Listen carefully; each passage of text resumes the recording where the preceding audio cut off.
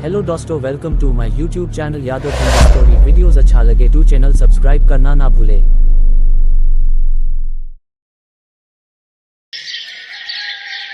Phone की घंटी बजी तो मीरा ने मोबाइल हाथ में लिया। अरे, इतनी सुबह सुबह ये रजनी फोन क्यों कर रही है? हेलो, हाँ रजनी, बोल।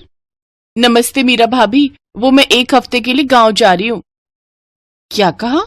1 हफ्ते के लिए? पर क्यों, अचानक कैसे? भाभी, वो मेरे ससुर के चाचा के लड़के के ससुर के भाई गुजर गए हैं तो वहां जाना है। अब आप तो जानती ही हो, ससुराल की रिश्तेदारी है तो जाना जरूरी है। अच्छा भाभी, मैं 1 हफ्ते बाद आऊंगी, मेरे पैसे मत काटना, अगले महीने के हिसाब में जोड़ लेना। बस निकलने का टाइम हो रहा है, मैं फोन रखती हूँ। मीरा ऐसे सिर पकड़कर बैठ गई मानो कहीं भूचाल आ गया हो। तभी देवरानी रश्मि भी आ जाती है। मीरा की सास भी वहीं बैठी थी। क्या हुआ मीरा, तूने सिर क्यों पकड़ लिया? सब ठीक तो है ना? कुछ ठीक नहीं है माँ जी, सब कुछ खराब है। मतलब हुआ क्या है? फोन किसका था? रजनी का फोन था। 1 हफ्ते की छुट्टी लेकर गई है, अगले हफ्ते आएगी। उसका अगला हफ्ता 15 दिन मान लो। क्या? रजनी छुट्टियों पर चली गई है? अब रजनी नहीं है तो बर्तन कौन मांजेगा? अरे, मेरी तो कलाई बहुत दर्द हो रही है, ऐसा लग रहा है कलाई में कहीं चोट आ गई है। रश्मि, अभी के बर्तन तुम मांज लो, मैं शाम को कर लूंगी। भाभी, मैं कल ही हाथों की वैक्स करवा कर आई हूँ, मैं सर्फ में हाथ नहीं डालूंगी, मेरे हाथ खराब हो जाएंगे। कल तो नहीं करवा कर आई थी? वैक्स करवाए हुए तो तुम्हें 1 हफ्ता हो गया है। झूठ मत बोलो, ये तुम्हारा बहाना है। कल तो तुम फेशियल करवाने गई थी। जो भी है, पर अभी मैं बर्तन नहीं मांजूंगी, मैं शाम के कर लूंगी। मुझे क्या पड़ी है, रहने दो, जिसको जरूरत होगी अपने हिस्से का गिलास, प्लेट, कटोरी, चम्मच मांज लेगा। मीरा और रश्मि दोनों देवरानी जेठानी अपने कमरे में चली गई। सास कलावती के हाथों में पहले ही सूजन रहती थी और चलने में भी दिक्कत होती थी, क्योंकि कलावती के घुटने बहुत दर्द होते थे। उम्र भी थी। कलावती बर्तन करने के लिए उठने लगी, तभी बेटे उमेश ने रोक दिया। माँ, कहाँ जा रही हो? बेटा, ये दोनों तो बर्तन कर नहीं रही हैं, मैं सोच रही हूँ मैं ही थोड़े से बर्तन मांज देती हूँ। रहने दो माँ, तुम्हारे पहले ही सूजन रहती है, बर्तन करोगी तो हाथों की उंगलियों में सूजन और बढ़ जाएगी। हाँ, रहने दो, तुम मत करो, जिसको जरूरत होगी वो अपने आप बर्तन कर लेगा। उमेश नरेश ने कलावती को बर्तन करने से मना कर दिया। मीरा और रश्मि ने अपने अपने कमरे की सफाई तो कर ली, पर अभी भी रसोई में बर्तन वैसे के वैसे ही पड़े थे। नरेश, तू चाय पिएगा? मैं बना रहा हूँ। बना दो भैया, 1 कप मेरी भी। एक तो आज दुकान भी जल्दी जाना है, आपको पता है ना, कस्टमर ने आना है। हाँ, मुझे पता है। एक काम करते हैं, दोनों चाय के साथ साथ 2-2 पीस ब्रेड के खा लेते हैं। ये दोनों तो रसोई में कुछ नहीं करने वाली। लो भैया, चाय का फ्राई पैन मैं धो देता हूँ। अरे नहीं, बस धुल गया है, मैं बना रहा हूँ।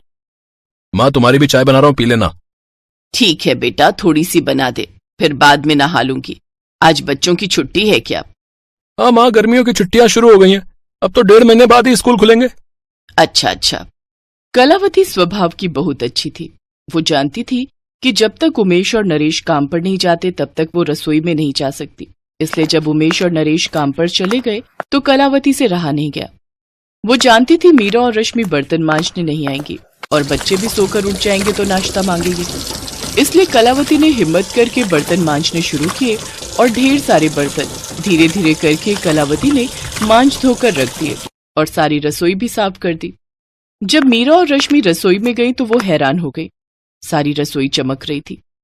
मीरा और रश्मि थोड़ी शर्मिंदा थी क्योंकि इतनी उम्र की होकर कलावती बर्तन मांज रही थी और वो दोनों अपने कमरे में थी।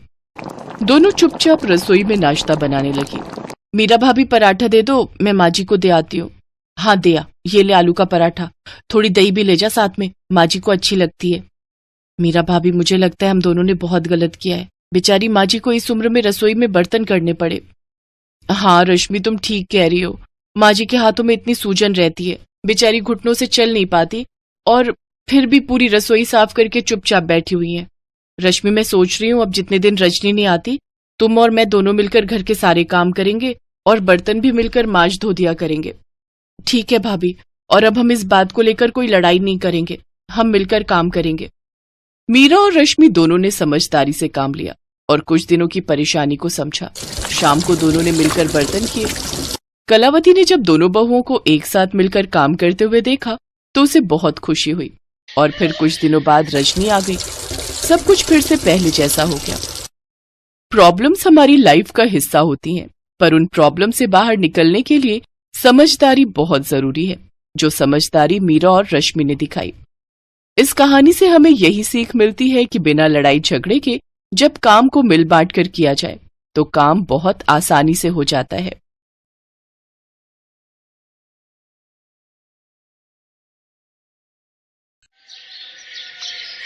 रोहित और कंचन एक दूसरे से बहुत प्यार करते थे। रोहित अमीर था जबकि कंचन गरीब घर की थी। उनकी शादी में इसी बात को लेकर बहुत अड़चनें आ रही थी। रोहित की मां सुलोचना स्वभाव की बहुत चालाक थी। वो अपने बेटे रोहित की शादी किसी अमीर लड़की से करना चाहती थी। इसलिए रोहित ने अपने पापा की मदद से कंचन के परिवार वालों के सामने एक मंदिर में शादी कर दी। जीती रहो बहू। पापा, आपको लगता है मम्मी इस शादी को मंजूरी देंगी? बेटा, जब भगवान ने मंजूरी दे दी तो तुम्हारी मम्मी को भी देनी ही पड़ेगी। अच्छा चलो, अब कंचन बहू को घर ले चलो। माँ, मुझे आशीर्वाद दो कि मैं सासू माँ का दिल जीत सकूं। बेटी, मुझे पता है तू एक न एक दिन अपनी सासू माँ का दिल जरूर जीत लेगी और मेरा आशीर्वाद हमेशा तेरे साथ है। कंचन रोहित और अपने ससुर के साथ घर पहुँचती है, पर ये क्या, जैसा सोचा था उसका बिल्कुल उल्टा हुआ। उसकी सासू माँ ने कंचन को देखकर बिल्कुल भी गुस्सा नहीं किया। वो तो खुशी से थाली सजाकर उन दोनों की आरती करने लगी। ये देखकर रोहित और उसके पापा हैरान रह गए। उन्हें तो लगा कि सुलोचना पूरे घर को सिर पर उठा लेगी, पर ऐसा कुछ भी नहीं हुआ। सुलोचना ने कंचन का बहुत प्यार से स्वागत किया। आओ बहू, अंदर आओ, नए घर में तुम्हारा स्वागत है। देखो जी, शादी तो तुम चुपचाप कराए, पर रिसेप्शन में बहुत बड़ा करना चाहती हूँ। मेरे भी तो अरमान है कि आस पड़ोस और रिश्तेदार सब मेरी बहू को देखे। हाँ हाँ सुलोचना, बिल्कुल, मैं आज ही रिसेप्शन के सारे इंतजाम करता हूँ। कंचन खुश थी कि उसकी सास ने उसे अपना लिया था, पर ऐसा कुछ भी नहीं था। सुलोचना बहुत चालाक थी। वो अपने मन में कोई और ही खिचड़ी पका रही थी। मैं ये झूठे प्यार का नाटक ज्यादा दिन नहीं कर सकती, मुझे कुछ और ही सोचना होगा, हाँ, ताकि मैं इस लड़की को अपने घर से निकाल सकूं। सुलोचना ने कंचन को बहू के रूप में नहीं अपनाया था। वो तो सबके बीच नाटक कर रही थी। रिसेप्शन में सुलोचना कंचन को अपने रिश्तेदारों और पड़ोसियों से मिलवाती है। रोहित का ध्यान अपने दोस्तों में था। क्या बात है सुलोचना, तूने तो चोरी चुपके बेटे की शादी भी कर दी और अचानक से रिसेप्शन भी रख दिया। बात कुछ हजम नहीं हुई। अब क्या बताऊं सुषमा, बहू गरीब घर की है बेचारी, इसलिए चुन्नी चढ़ा कर ले आए। अब बारात जाती तो इसके माता पिता में इतनी गुंजाइश नहीं थी कि बारात का स्वागत कर सकते। अरे बिल्कुल भी कुछ नहीं है, तुम क्या समझ रही हो, घर में बैठने के लिए कुर्सी तक तो है नहीं। वो तो रोहित को ना जाने इसमें क्या दिख गया। अब बच्चों की तो तुम जानती ही हो, जिद के आगे झुकना ही पड़ता है, वरना मैं तो इसे कभी भी अपनी बहू ना बनाती। अच्छा तुम लोग अब आई हो रिसेप्शन में तो अच्छे से खा पी कर जाना। बबली, उषा, सुन रही हो ना, हमने रिसेप्शन बड़ा पैसा लगा कर रखा है, एक एक बढ़िया चीज बनवाई है। बहू अगर गरीब घर की है तो क्या हो गया, ससुराल तो उसे अमीर मिला है। चलो मैं और मेहमानों को देख लूं। सास की बातें सुनकर कंचन की आंखें आंसुओं से भर आती हैं। तभी उसके माँ और पापा आ जाते हैं। कंचन अपने आंसू पोंछ लेती है। सुलोचना मुंह बनाती हुई उसके आगे से चली जाती है। बेटी, तू अपने ससुराल में खुश तो है ना? कंचन, तेरी सास ने तेरे साथ कुछ गलत बात तो नहीं की? जी पापा जी, माँ जी तो मुझे बहुत प्यार करती हैं। पता है जब से आई हूँ कोई काम ही नहीं करने देती, सारा दिन ठाठ से बैठे रहती हूँ। कंचन अपने मम्मी पापा को झूठ बोल देती है, पर सच तो ये था कि सुलोचना उसके साथ सीधे मुंह बात ही नहीं करती थी। जब तक सुलोचना के ससुर और रोहित घर पर होते थे तब तक तो सुलोचना कंचन से बहुत मीठे से बात करती, और जैसे ही वो दोनों घर से जाते सुलोचना उससे घर के सारे काम करवाने शुरू कर देती। और शाम को जब वो दोनों वापस आते तो उसका रवैया अलग ही। अरे वाह, खीर बहुत टेस्टी बनी है। 2-3 दिन से मेरा मीठा खाने का बहुत मन था। अरे बेटा, मुझे पता था, तभी मैंने शाम को बना दी। तुझे पसंद आई, ये मुझे बहुत अच्छा लगा। मैंने चीनी भी कम डाली थी। मुझे पता था तू मीठा कम खाता है। पर माँ, मीठा तो इसमें बहुत तेज है। सुलोचना झूठ बोल रही थी क्योंकि खीर उसने नहीं बल्कि कंचन ने बनाई थी। कंचन ने मीठा ज्यादा डाल दिया था। जब सुलोचना की चोरी खुलने वाली थी तो कंचन बात को संभाल लेती है। अरे वो मैंने ही मीठा ज्यादा डाल दिया, मुझे नहीं पता था कि माँ जी मीठा डाल चुकी हैं। कोई बात नहीं बहू, आगे से मीठा कम डाल लेना। एक कटोरी मुझे भी दे दो। कंचन ने बात को संभालकर अपनी सास को सम्मान दिया था, पर सुलोचना को इस बात से कोई मतलब नहीं था। घर के सारे काम कंचन करती थी, पर क्रेडिट सुलोचना अपने नाम कर लेती थी। कंचन इस बात के लिए कभी भी कुछ नहीं कहती थी। उसे लगता था कि अगर इससे उसकी सास खुश होती है तो कोई बात नहीं, इसे तो कोई फर्क ही नहीं पड़ता। मैं काम का सारा क्रेडिट अपने ऊपर ले लेती हूँ। करती ये है, मुझे कुछ और ही सोचना पड़ेगा। ऐसे दाल नहीं गलने वाली, मुझे सोनिया को बुलाना ही पड़ेगा। हेलो सोनिया बेटा, मैं बोल रही हूँ। हाँ ठीक है, तुम कुछ दिनों के लिए आ जाओ। सोनिया सुलोचना की सहेली की बेटी थी। सुलोचना चाहती थी कि सोनिया उसके घर की बहू बने, पर रोहित ने कंचन से शादी कर ली। सुलोचना चाहती थी कि किसी तरह कंचन इस घर को छोड़कर चली जाए और सोनिया इस घर की बहू बनकर आ जाए, इसलिए वो सोनिया को रहने के लिए बुला लेती है। नमस्ते आंटी, अच्छा हुआ आपने मुझे बुला लिया। मैं वैसे भी घर पर बहुत बोर हो रही थी, आपकी कंपनी मुझे बहुत अच्छी लगती है। बस तो फिर अब आराम से कुछ महीने मेरे पास रहो। मैं तो ये चाहती हूँ कि तुम हमेशा के लिए ही यहाँ रहो, पर तुम्हें इस रास्ते के कांटे को निकालना होगा। जब तक ये कंचन यहाँ पर है, तुम इस घर की बहू नहीं बन सकती। आप चिंता मत करो आंटी, अब मैं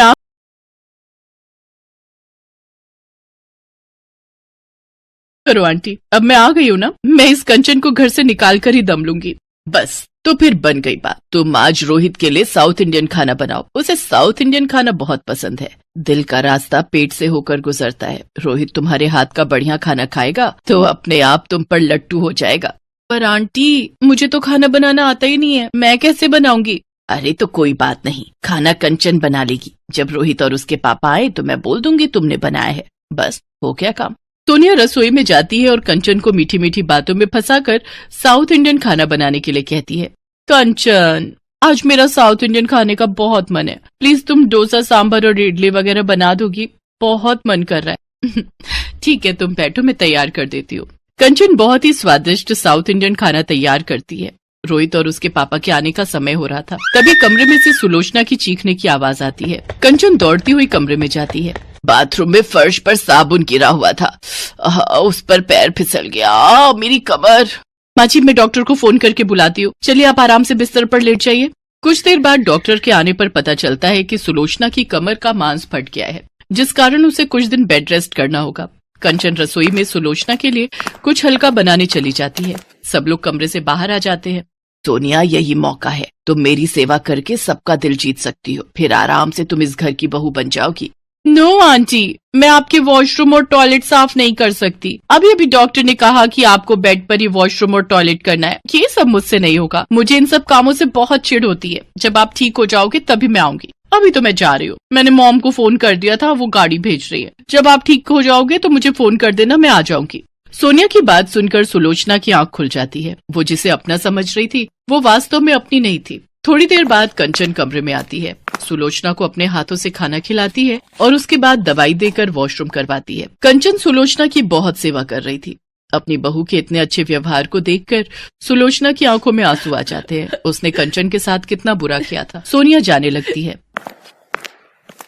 अच्छा आंटी जी, मैं चलती हूँ, आप मुझे फोन कर देना जब भी बुलाना होगा, मैं आ जाऊंगी। नहीं बेटा, अब तुम्हें परेशान होने की और बेवजह यहाँ आने की कोई जरूरत नहीं है। मेरी बहू है मेरी सेवा करने के लिए और मेरा ख्याल रखने के लिए। तुम अपने घर में खुश रहो, और हाँ, जब शादी करो तो कार्ड भेज देना, मैं अपनी बहू कंचन के साथ जरूर आऊंगी।